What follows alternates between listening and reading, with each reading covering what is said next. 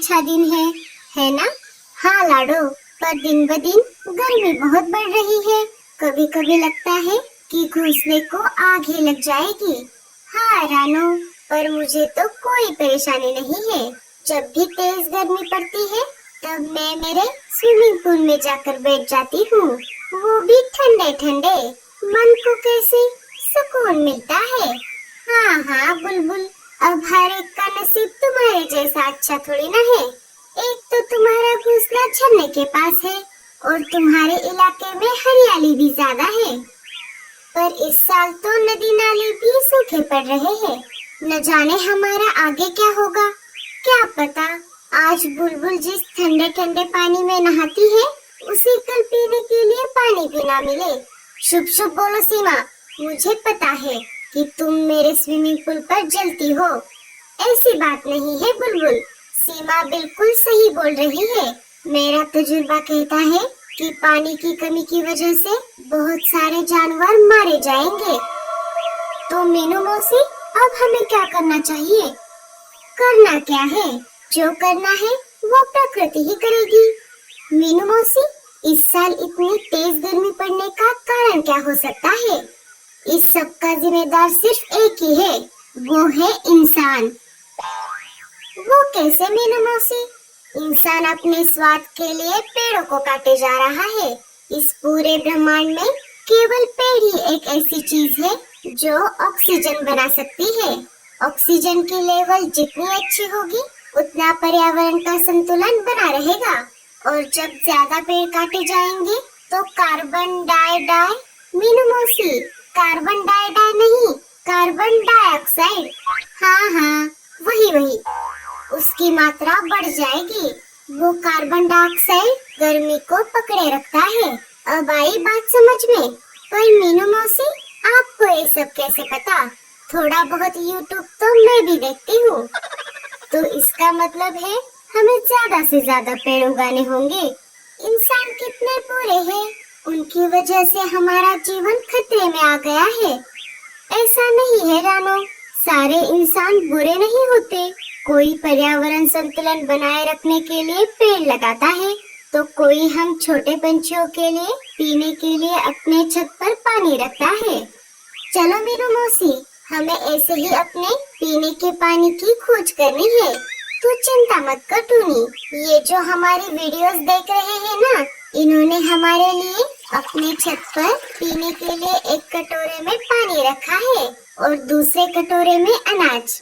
चल, मैं अभी तुझे लेकर चलती हूँ वहाँ। चलो साथियों, हम भी मीनू मौसी के पीछे पीछे जाते हैं। हमें भी तो अनाज और पानी की जरूरत है। सारे उड़कर जाने ही वाले थे कि तभी राजा जी के कुछ सिपाही वहाँ पर आ जाते हैं। सुनो सुनो सुनो, सारे जंगलवासी सुनो। राजा जी ने शाम के समय सभा में आप सभी को आमंत्रित किया है। तो सारे जंगलवासी शाम के समय राजा जी के महल में आ जाए। अरे ये क्या, लगता है कोई जरूरी काम है। हाँ लाडो, मुझे लगता है कोई नई मुसीबत हमारा दरवाजा खटखटाने वाली है। शाम के समय सारे पंछी राजा जी के महल में आ जाते हैं। साथियों, मैंने एक जरूरी सूचना देने के लिए आप सभी को बुलाया है। दरअसल हमारे मौसम के जानकार पंछियों ने बताया है कि 1-2 दिनों में हमारे जंगल की तरफ बहुत बड़ा तूफान आने वाला है। आंधी के साथ साथ तेज बारिश भी हो सकती है, इसलिए आप सब अपने अपने घोंसले पक्के कर लो। पर राजा जी, इतने कम समय में हम हमारे घोंसले कैसे मजबूत कर पाएंगे? उसकी चिंता तुम मत करो, मैंने उसका सारा बंदोबस्त पहले से ही कर दिया है। हमारे सिपाही आप सभी को घोंसला बनाने की सारी चीजें ला कर देंगे। आपको बस उनको लेकर अपने घोंसलों को पक्का करना है। हमारे प्यारे राजा जी, चल टूनी, हमारे पास बहुत कम समय है। लाडो, कालू भैया और गोरी आज हमें दिन भर नहीं दिखाई दिए, कहीं किसी मुसीबत में तो नहीं है? हाँ रानो, चलो हम उनके घर जाकर देखते हैं। रानो और लाडो कालू के पास आ जाते हैं। वो देखते हैं तो क्या, कालू मिट्टी से लथपथ हो चुका था।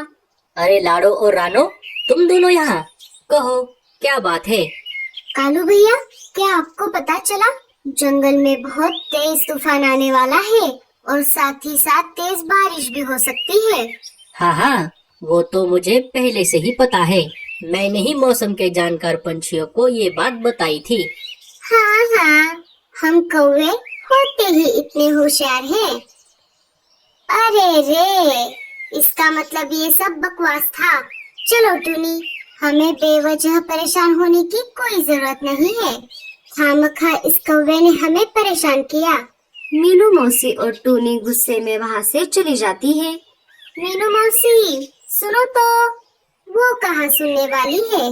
जब तेज तूफान और बारिश में फंस जाएगी तब उनको पता चलेगा। पर कालू भैया, आप ये मिट्टी से क्या बना रहे हो? चलो मैं दिखाता हूँ। सारे भूरे के पास आ जाते हैं, जो मिट्टी से घर बना रहा था। ये तो मिट्टी का घर है। क्या यह बारिश आने से पहले सूख जाएगा? हाँ चिड़िया, हमने ऐसे मिट्टी का इस्तेमाल किया है जो 1-2 दिनों में ही सूख जाएगी। मैं तो कहता हूँ आप भी अपने घोंसले को मिट्टी से मजबूत बनाओ। पर हमें इतनी ढेर सारी मिट्टी कहाँ पर मिलेगी? मैं एक जगह जानती हूँ, जो नदी सूख रही है उसके पास में ही ढेर सारी मिट्टी है, वो भी गीली। हम वहीं से मिट्टी लेकर आएंगे। रानू, हमारे पास ज्यादा समय नहीं है, क्यों ना हम दोनों मिलकर हमारे लिए घोंसला बनाएं? इससे हमारा समय भी बचेगा और घोंसला भी मजबूत बनेगा। हाँ लाडो, ये सही रहेगा। दोनों घोंसला बनाने के लिए अच्छी जगह की खोज करने के लिए निकल पड़ती है।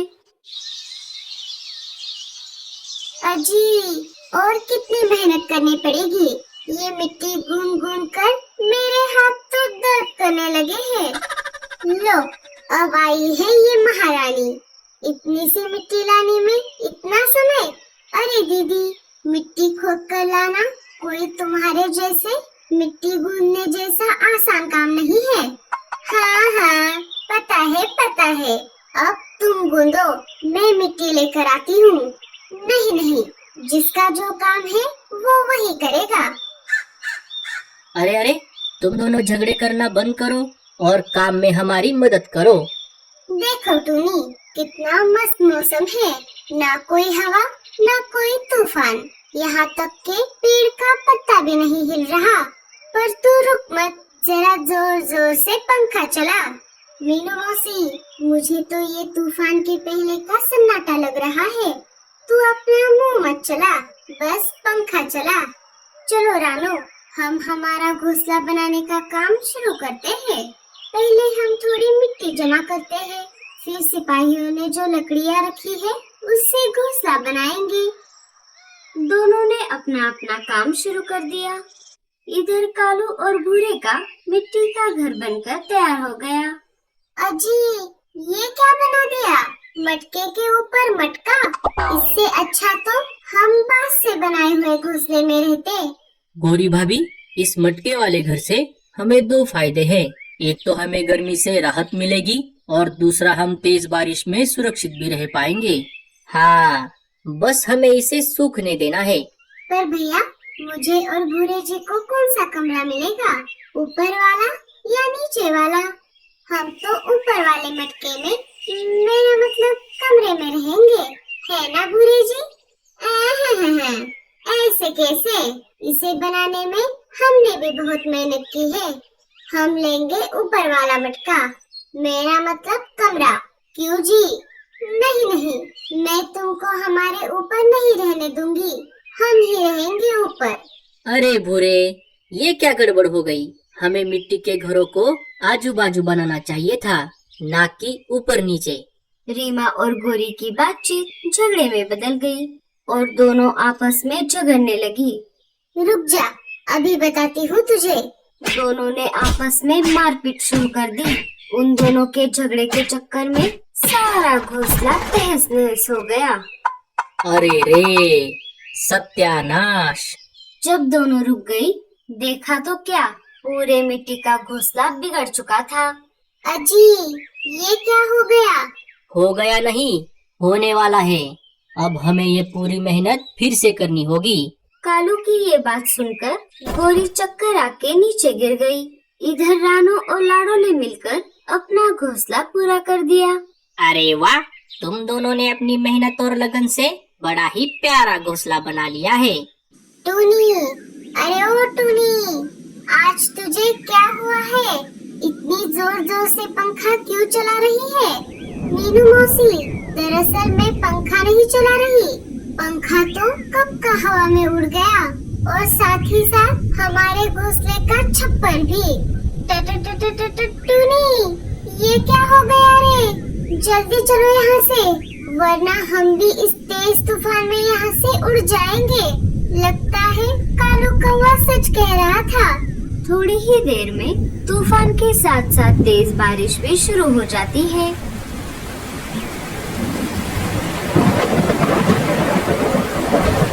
मीनू मौसी और टूनी रानू और लाडो ने बनाए हुए मिट्टी के घर में आ जाती है।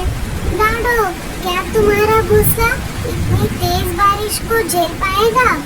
हाँ मीनू मौसी, आप डरो मत, हमने मजबूत घोंसला बनाने की पूरी कोशिश की है। जैसे ही तेज बारिश शुरू हो गई, वैसे ही घोंसले की छत से पानी टपकना शुरू हो गया। हे ऊपर वाले, इस बार बचा ले रे बाबा, अगली बार मैं मजबूत घोंसला बनाऊंगी। थोड़ी देर बाद दरवाजे पर किसी ने दस्तक दे दी। मत खोलो, दरवाजा मत खोलो, क्या पता कोई शिकारी हो। सारे डरे हुए एक दूसरे को देख रहे थे। लाडो ने खिड़की से झांककर देखा तो कालू कौवा और उसका परिवार बाहर बारिश में भीगता हुआ खड़ा था। अरे ये तो कालू भैया है, हमें दरवाजा खोलना होगा।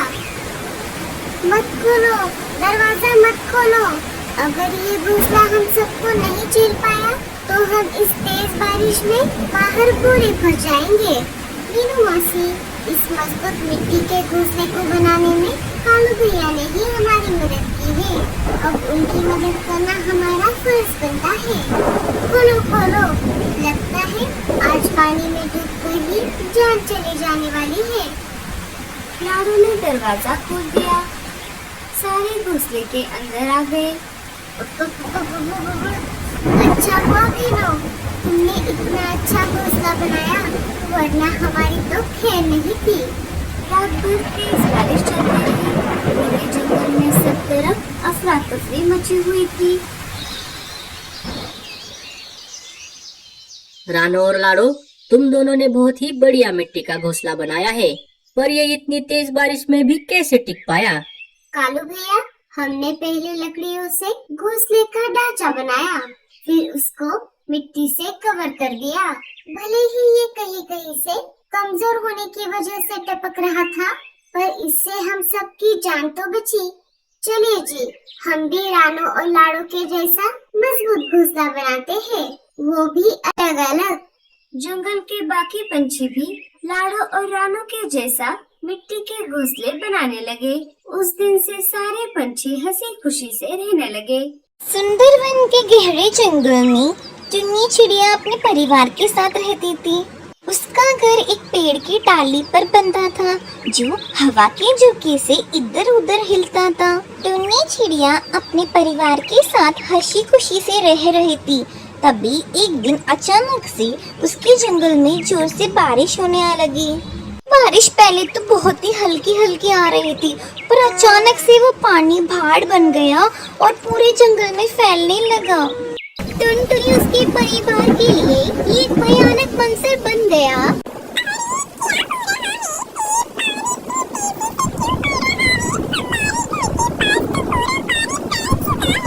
टुन्नी चिड़िया बहुत ही ज्यादा घबरा जाती है और उसका घर बस गिरने ही वाला था। और टुन्नी चिड़िया अपने बच्चों को बाहर लेके आती है और वो कहती है कि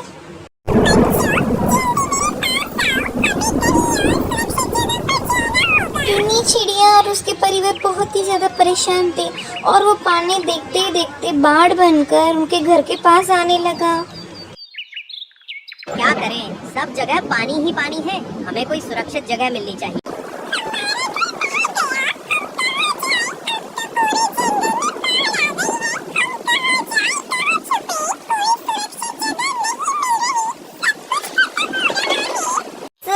पक्षी इधर उधर जाने लगे, लेकिन कोई भी ठिकाना नहीं मिल रहा था और वो भाड़ का पानी बहुत ही ज्यादा बढ़ गया था। टुन्नी चिड़िया अपनी माँ के सामने देखती है और वो बहुत ज्यादा दुखी हो जाती है।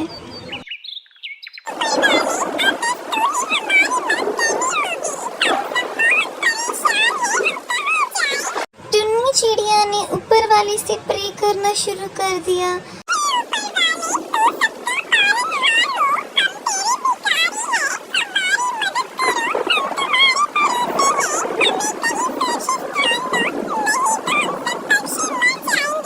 टुन्नी चिड़िया की भक्ति में इतनी शक्ति थी कि भगवान ने उसकी बात सुन ली और वहाँ पर जंगल में एक चमकता हुआ कुछ दिखा और वो इतना चमक रहा था कि सारे पक्षी उसकी चमक में चमक गए थे। तभी एक मधुर आवाज आई। ने मुझे पुकारा टुनटुनी, तुम्हारी प्रार्थना सुन ली गई है। मैं तुम्हारी मदद करूंगा। मैं वही हूँ जो तुम्हारे संकट को दूर कर सकता हूँ। तुम चिंता मत करो, मैं तुम्हारी मदद करूंगा। अचानक जंगल में एक विशाल और चमकदार मटका प्रकट हुआ। ये मटका बहुत बड़ा था और उसमें रहने की जगह थी। मटका घर देखकर सभी पक्षी हैरान रह गए। यह मटका तुम्हारा नया घर होगा। तुम और तुम्हारा परिवार और अन्य सभी पक्षी इसमें सुरक्षित रह सकते हो। यह मटका तुम्हारे लिए भगवान का आशीर्वाद है।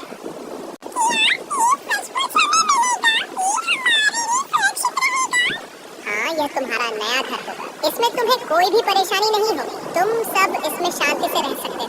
टुन्नी चिड़िया बहुत ज्यादा खुश हो जाती है और जाके सारे पक्षियों को बुला के आती है।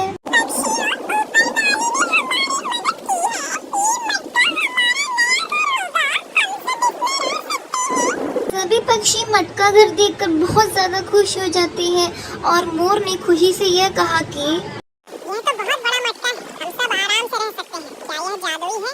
अंदर जाने के बाद हमें कोई परेशानी नहीं होगी।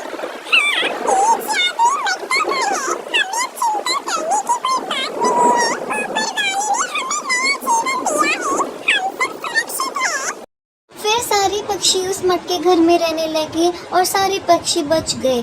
इसलिए कहते हैं दोस्तों, भगवान की भक्ति और शक्ति में बहुत जादू होता है और हमें कभी भी बुरा नहीं सोचना चाहिए किसी के लिए। गौरी कौवी, तुमने अगर मुझसे शादी नहीं की तो मैं अभी के अभी नदी में कूदकर अपनी जान दे दूंगा। शक्ल देखी है तुमने अपनी? लगता है अभी के अभी कोयले की खान से निकल कर आए हो। मैं तुमसे भला शादी क्यों करूंगी? तो तुम ही बता दो गौरी, तुम कैसे कौवे से शादी करोगी? मुझसे तो नहीं करोगी। तो मैं तो ऐसे कौवे से शादी करूंगी जिसके पंख रंग बिरंगी हो, लाल, पीले, हरे, नीले। तुमसे कौन शादी करेगा कालू कौवे कहे के? ये सुनकर कालू कौवा सोच में पड़ जाता है और फिर वो गौरी कौवी से कहता है, मैं कितने दिनों से नहाया नहीं हूँ, इसलिए तो मेरे पंख काले हैं। मैं अभी नदी पर जाके सुगंध वाले साबुन से स्नान करके आता हूँ। फिर देखना तुम, मैं कितना सुंदर कौवा बन जाऊंगा। ऐसा कहकर कालू कौवा वहाँ से चला जाता है। कालू कौवा फूलों के जंगलों में जाकर बैठ जाता है और सोचने लगता है कि अपने पंखों को कैसे रंगीन बनाए। तब तक वहाँ पर एक उल्लू आके बैठ जाता है। क्या हुआ कालू, बहुत परेशान दिख रहे हो? मुझे बताओ, मैं अभी तुम्हारी परेशानी का हल बताता हूँ। क्या बताऊँ तुम्हें उल्लू, मुझे तो गौरी कौवी बहुत पसंद है, पर वह मुझसे शादी करने के लिए मान ही नहीं रही। से तो रंग बिरंगी पंखों वाला कौवा पसंद है और मेरे पंख तो काले हैं। अब मैं क्या करूँ? तो इसमें क्या हो गया, अपने पंख रंगीन करने कौन सा मुश्किल का काम है। कौवा बहुत खुश हो गया। उसने कहा, कैसे कैसे उल्लू, कैसे मैं अपने पंख रंगीन कर दूं, जल्दी बताओ मुझे। फिर उल्लू उसे एक उपाय बताता है और वहाँ से चला जाता है। अब तो गौरी कौवी को मुझसे शादी करने से कोई नहीं रोक सकता है। फिर कौवा वहाँ से सीधा टुन्नी चिड़िया के घर चला जाता है और वह टुन्नी चिड़िया से कहता है, चिड़िया चिड़िया तुम कितनी सुंदर हो और तुम्हारे पंख तो उससे भी सुंदर है। कालू भैया ज्यादा मस्के ना लगाओ और सीधे सीधे बताओ क्या बात है। चिड़िया बहन, आपके पंख बहुत सुंदर है, अपने 2-4 पंख मुझे दे दो प्लीज। ये आपके पंख बहुत अच्छे लगते हैं, मैं तुम्हें अपने पंख क्यों दूंगी भला? चलो भागो यहाँ से, आ जाते हैं कहीं कहीं से मुंह उठा के। कालू कौवा परेशान होकर वहाँ से चला जाता है। रास्ते में उसे एक सुंदर मोर दिखता है और वह मोर के पास जाके बैठ जाता है। अरे मोर, तुम कितने सुंदर हो, मैं भी तुम्हारे जैसा सुंदर बनना चाहता हूँ। तुम तो हो कालू कौवे, तुम्हारे पंख भी है काले काले। मैं इतना सुंदर हूँ, मेरे पंख इतने रंग बिरंगी है, तुम मेरी तरह सुंदर कैसे बन सकती हो भला? अरे मोर भाई, इसीलिए तो मैं तुम्हारे पास आया हूँ।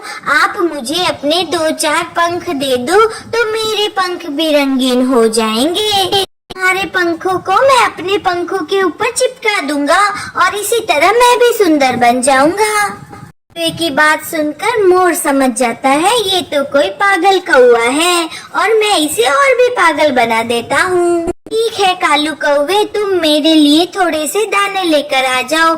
मैं दाने खाकर अपने पंख फड़फड़ाऊंगा और नाचूंगा तो मेरे पंख नीचे गिर जाएंगे। उसमें से तुम 2-3 पंख उठा लेना। कौवे को मोर की बात बहुत पसंद आती है और मोर भी कौवे को पागल बना देता है। खुश होकर कहता है, ठीक है मैं जाता हूँ और तुम्हारे लिए अभी कहीं से दाना लेके आता हूँ। ऐसा कहकर कौवा वहाँ से चला जाता है। आज तो इन पक्षियों की खैर नहीं, मेरी सारी फसल बर्बाद कर दी, मैं छोड़ूंगा नहीं इन पक्षियों को। किसान डंडा लेकर खेत में छुप जाता है और फूटी किस्मत उस कालू कौवे की कि वो उसी खेत में आता है और दाना लेने लगता है। कौवा जैसे ही दाने लेने लगता है वहाँ पर किसान आ जाता है और कौवे की खूब पिटाई करता है। डिशुम डिशुम डिशुम, कौवा चिल्लाता है, मुझे छोड़ दो, जाने दो।